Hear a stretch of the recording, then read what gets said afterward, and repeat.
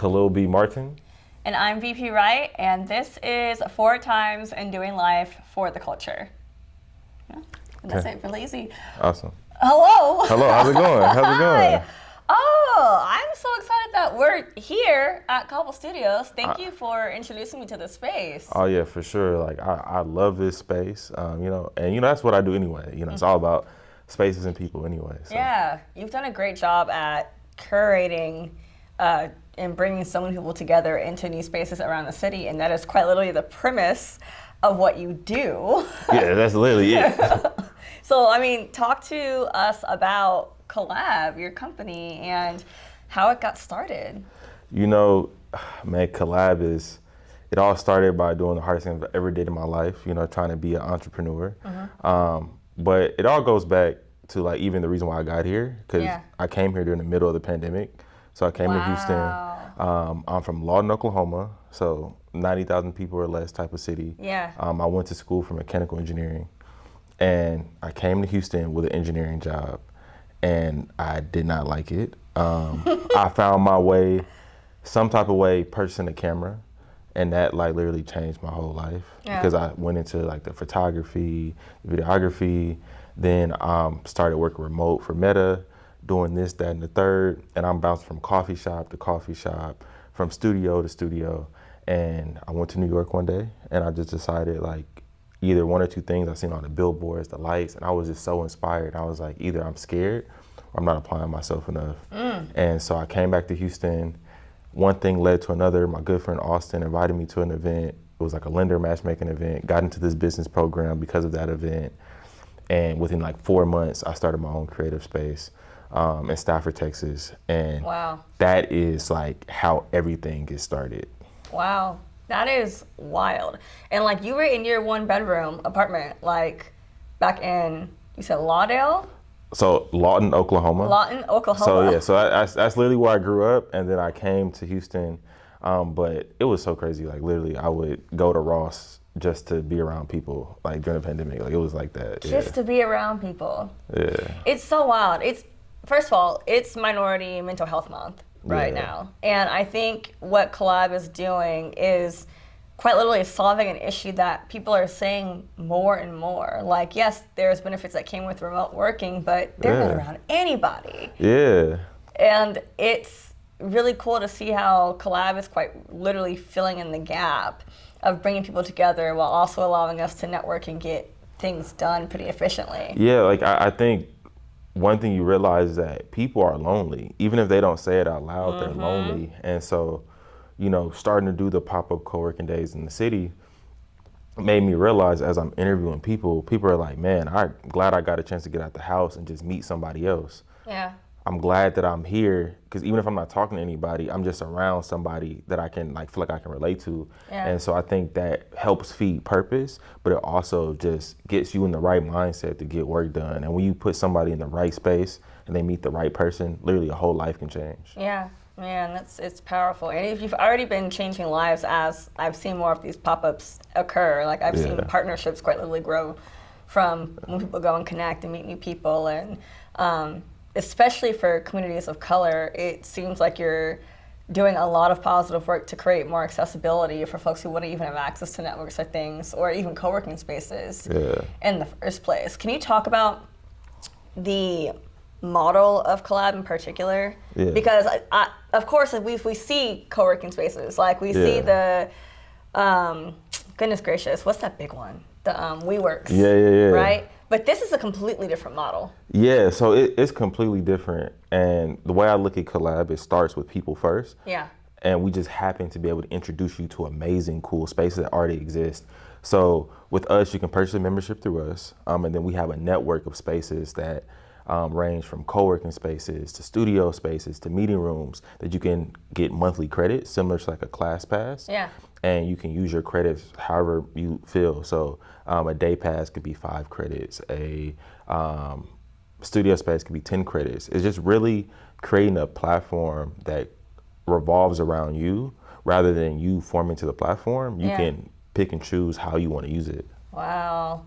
And that's so cool because it allows for more customization and actually meets the user's needs. Like right there into their pocketbook almost. Yeah, yeah. And so it helps, save costs because we all want to save cost accessibility.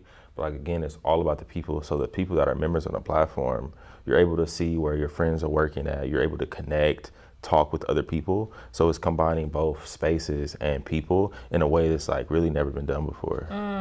Yeah, that's powerful, and it's a disruption in the system overall, which I think is needed. I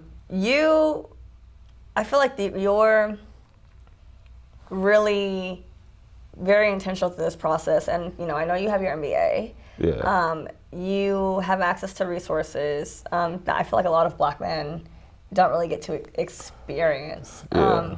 Can you talk about what it's like being a Black man navigating the startup space a bit? Yeah, so the whole startup space is all new to me too, right? So as you know, like I said, I'm from Lawton, Oklahoma, so a town of 90,000 people or less. I didn't grow up wanting to be a startup founder. I didn't grow up, oh my goodness, I'm going to get into tech. I just wanted to grow up, and I wanted to be a lot of things, but I wanted to, be able to provide for myself. And so I went to school for mechanical engineering. Again, didn't know anything about engineering or entrepreneurship while I was there to pay for my rent. You know what I'm saying? I'm selling t-shirts, I'm cutting hair, I'm doing all these different things and transforming into an entrepreneur to stay afloat.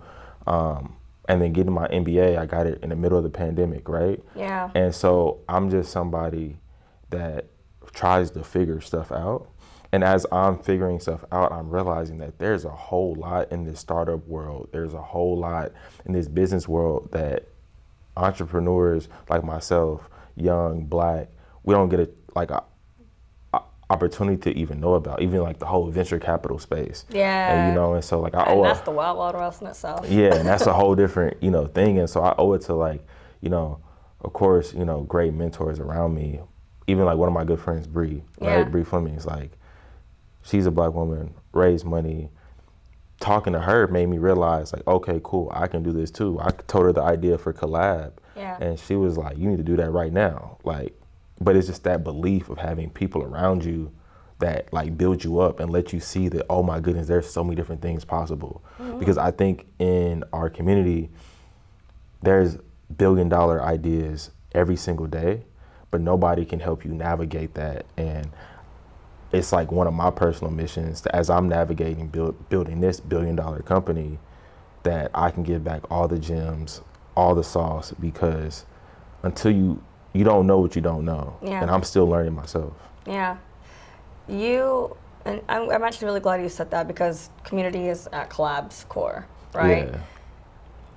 How are you actively making space for voices in your community that are often marginalized? And when I go to your co-working events, because I've been to several at this point, and I've helped you host a few, there are people of all backgrounds in this space. Women of color, LGBTQ plus creatives, folks who may be neurodivergent, folks who have just different needs, right? So what have you been doing? You know what? I'm actually thinking about this like quite literally in times I've seen you do it. Can you talk about how you've created more accessibility in the spaces that you partner with for these communities? I think it's just one of the things of awareness. Yeah. It's like the crazy thing is I think the secret sauce is just caring about people and inviting people to the space. Like literally, if you know me, I'll DM people in a heartbeat. I'll email people in a heartbeat. I'll let people know like, yo, I want you to come to this environment, meet people, enjoy this space.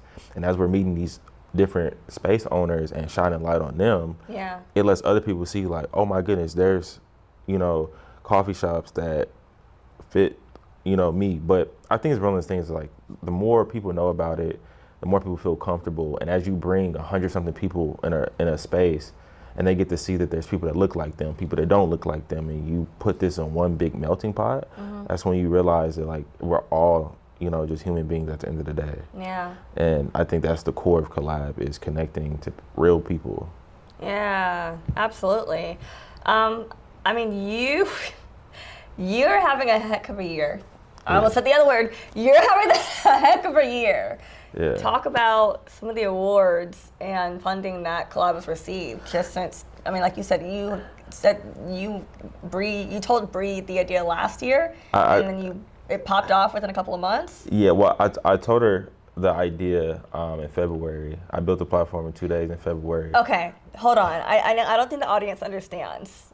You told Bree the idea in February of this year. Yeah. And you built the idea. You built out the platform in 2 days. Yeah. That is insane. Yeah. That is.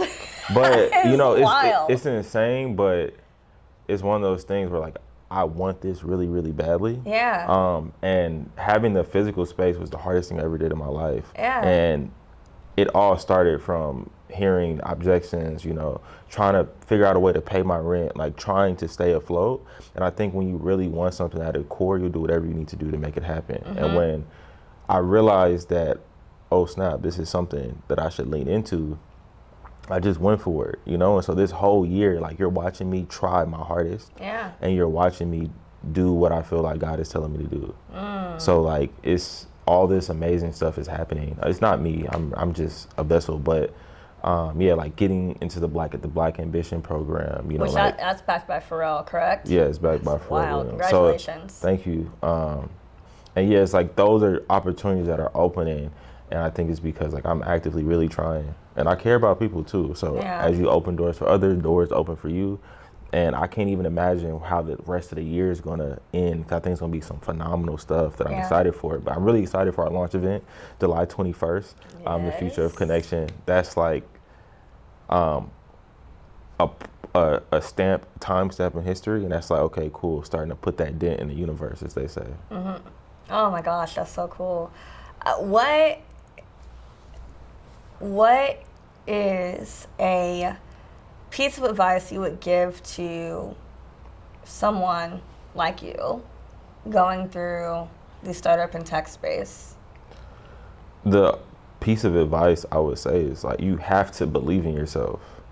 Like everything starts with self-belief. When you feel like something is possible, go after it and don't let anybody tell you different. Because what you realize is you're climbing up a mountain, right? And as you're climbing up this mountain, there's going to be all these objections, this, that, and the third, but you're still making forward steps. Yeah. And so the biggest piece of advice that I can say is believe in yourself. Don't be afraid to pivot. And the last thing is just try. If you wake up every single day and put 1% better, like your compound interest is going to take it's just going to take over. Yeah. Yeah. Oh man. Oh, it is an honor. I want to say that I'm so proud of you. Like, even knowing you told Bree the idea in February and then you had a pop-up co-working day that same month. Yeah. This man's ambition, like I really want to like give you your flowers on that for real, because it is not a regular thing to see someone continue to push for an idea to the point where you don't just believe in yourself, but you have people around you who are really just wanting to be around you because you built community really, really well. And you tailor such intentionality around the people who come and support and are trying to get their work done. And just trying to stand, like you said, pay their rent, support themselves. Yeah, like you really never know what happens when you bring people together. You never know what happens when you bring somebody into a room. A perfect example, someone named Ty from Tied Together Events. He came to one of the co-working days. Yeah, I saw the reel. He invited 5 people, but I asked him why did he invite those 5 people. He said, well, the first one, I met somebody and ended up getting a job opportunity.